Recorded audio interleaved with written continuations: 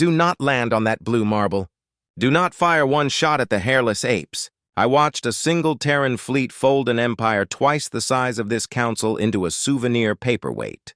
The hallowed, often echoing chamber of the Galactic Concord buzzed with a mix of anticipation and thinly veiled contempt. A tapestry of species, each convinced of their own galactic supremacy, filled the tiered seats. Their myriad forms, shimmering scales, rustling feathers, intricate biocircuitry, were a testament to the galaxy's boundless diversity, and often its boundless arrogance. And within this grand assembly, a wave of dismissive, almost condescending laughter rippled through the air, quickly becoming a roar. Their collective amusement was directed at a figure standing on the central dais, a Krellin admiral, his once proud uniform now tattered, his bioluminescent blue scar tissue pulsing faintly in the dim light of the chamber. He clutched a cracked datapad, not unlike a prayer book, its ancient tech a stark contrast to the sleek holographic interfaces surrounding him. His words, delivered with a gravelly urgency that seemed to vibrate with the weight of unspeakable experience, hung in the air, yet were met with such derision. They saw only a broken warrior, perhaps suffering from battle fatigue, clinging to an antiquated device. They dismissed his plea, his prophecy, his desperate warning as the ramblings of a traumatized mind. They did not, could not, fathom the true depth of his message until the galaxy itself was plunged into the bitter, burning reality of it. And by then it was, as the Krellin had so gravely predicted, far too late.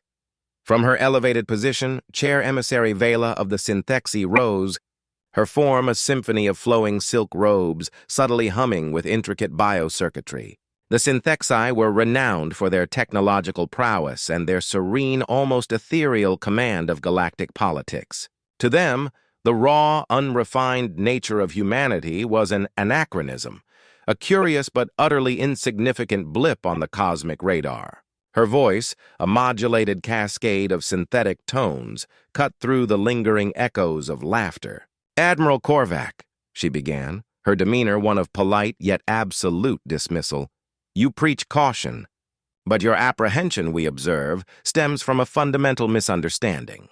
These humans of whom you speak still sling crude metal slugs across the void, while we, the advanced civilizations of this Concord, wield the sophisticated power of warp lances and energy shields. They are, quite simply, mayflies." Korvac's mandibles clicked, a sound that, to a Krellin, was a profound gesture of weary resignation, a shrug of the soul. "Mayflies," he echoed, his voice now a low growl that carried an undercurrent of ancient wisdom. "That swarm, that consume, that leave deserts in their wake. You may ignore me, emissary. You may dismiss my warnings as the ravings of a broken mind, but I implore you, log this vote. Archive it. For when the ashes cool, when the screams have faded, and when the ruins of your own grand designs litter the void, you will replay my words, and you will understand." The council, swayed by Vila's calm authority and their own ingrained hubris, proceeded with the vote. The decision to annex the Terran frontier, to claim these supposedly primitive worlds as their own, was swift and overwhelmingly decisive. 11 votes to a single solitary dissent.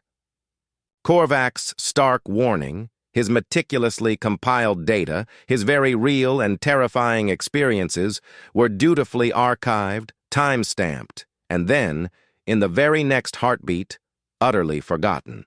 The galaxy, in its infinite wisdom, had made its choice, and the consequences, as we would soon discover, would be catastrophic. 17 cycles later, the galaxy received its first brutal lesson. An alien task force, resplendent in its polished hulls and shimmering energy fields, blinked into orbit above a Terran colony world, New Kyoto. The human picket fleet that rose to meet them looked, to the alien sensors, pitifully inadequate, 2 seemingly archaic destroyers, 1 lumbering supply hauler, and a maintenance tug retrofitted with what appeared to be crude mining charges. The flagship captain, High Lord Zeret, a being whose arrogance was as vast as the void itself, opened a channel, his tone dripping with patronizing authority. Surrender your weapons and we will grant limited autonomy. Resist and suffer the inevitable. Commander Leung of the destroyer Shenzhou, a human whose expression was utterly unreadable to the alien psychological readouts, responded. A genuine, full-bellied laugh crackled across every frequency, a sound that vibrated with a confidence utterly baffling to Zeret. "Buddy?" Leung's voice was casual, almost friendly. "We're already armed. Thanks for the reminder, though."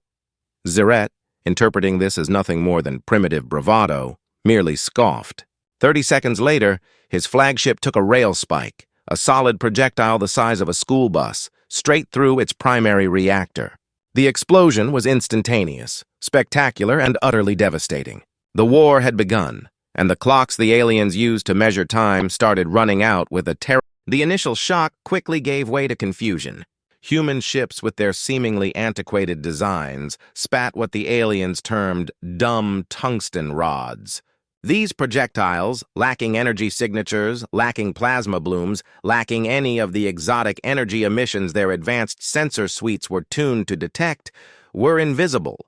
The alien defense grids, calibrated for the vibrant glow of fusion lances and the subtle distortions of warp missiles, literally could not register the incoming metal.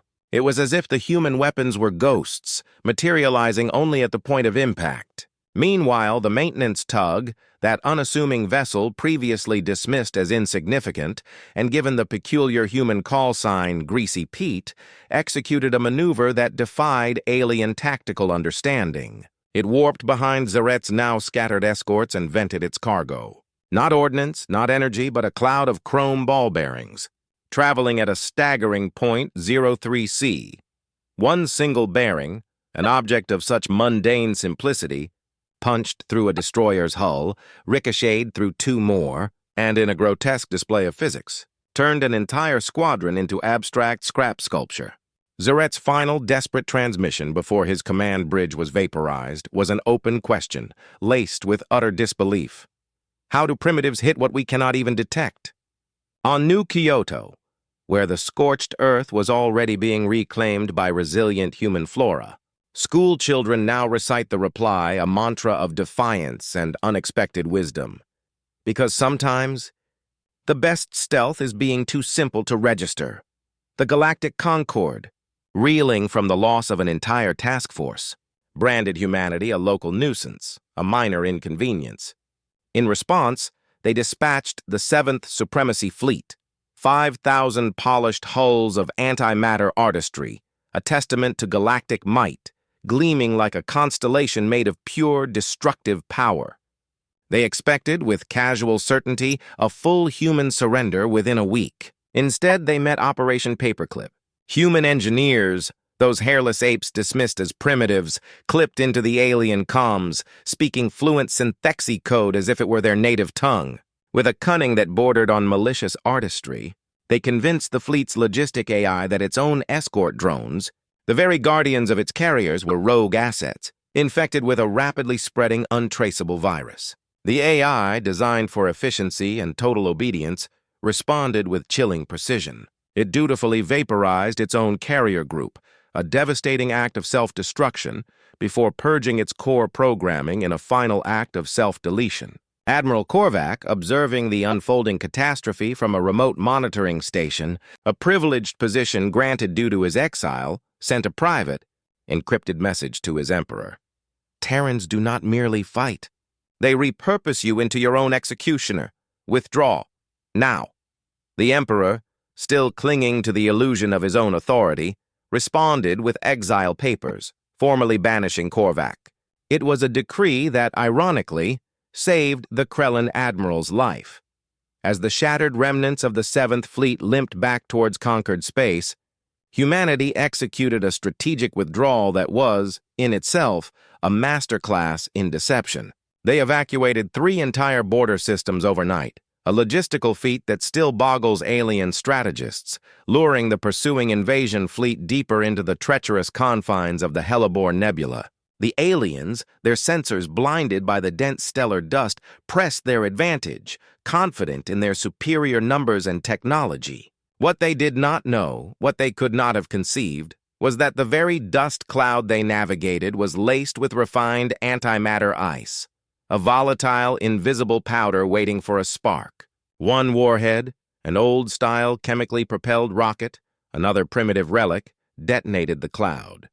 The Hellebore Nebula, a vast expanse of cosmic gas and dust, became a furnace. An armada, once the pride of the Concorde, became memory, incinerated in a flash of unimaginable energy.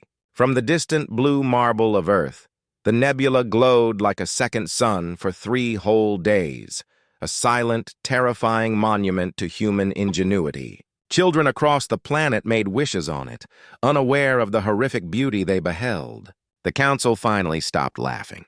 Their arrogance had been consumed in the same inferno that claimed their fleet. Chair Emissary Vila, her once serene demeanor now etched with lines of profound stress, convened an emergency session. Holographic screens throughout the chamber displayed the smoldering remains of the 7th Fleet, stark images of metal twisted into abstract agony, silent testimony to their catastrophic miscalculation.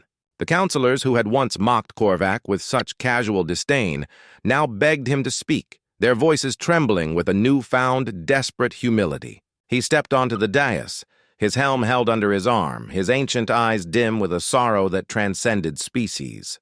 "You want strategy?" he began, his voice raspy, yet carrying the weight of cosmic truth. "There is none left. We poked a species that has spent millennia perfecting the art of surviving itself. They turned that talent outward. They will not stop at our fleets. They will unmake our mythology, our history, every record that we were once superior. When nothing remains but vacuum, they will call it even. They will see it as balance." The chamber sat in a stunned, suffocating silence, the reality of Korvac's words slowly, painfully, sinking in. Until a junior attaché, young and naive, whispered, "We can still negotiate, surely. We can offer terms?" Korvac exhaled, a sound that was the closest a Krellin comes to crying, a deep, shuddering sigh that spoke of universal despair. "Send flowers, send stars, send your firstborn. It no longer matters. They will decide what mercy tastes like." We forfeited the menu the moment we ignored the warning. A single Terran diplomatic packet arrived days later. A simple text-only transmission, devoid of fanfare or threat, yet resonating with an undeniable authority. "We did not start this. We bury those who do. If you choose peace, build a monument with the following inscription. Here stood an empire that learned humility the hard way. Travelers will read it and know the galaxy can grow." The council, now utterly stripped of its hubris, approved the construction within the hour. Moral high ground, delivered at railgun speed. A lesson learned, etched in stone and starlight, so next time you hear an old soldier, a seasoned veteran from the fringes of galactic space, say, "Leave the humans alone. Maybe clear your schedule and listen. Really listen." History, written in scorch marks across 1,000 star lanes and in the silence of countless fallen empires, has already signed its name in the cosmic ledger. If this story lit your thrusters, if it made you think, hit like, ring the bell, and tell me in the comments, what supposedly primitive human trick do you think would freak an alien empire out the most? Stay curious, stay kind, and keep one eye on the night sky. The other species are finally learning to do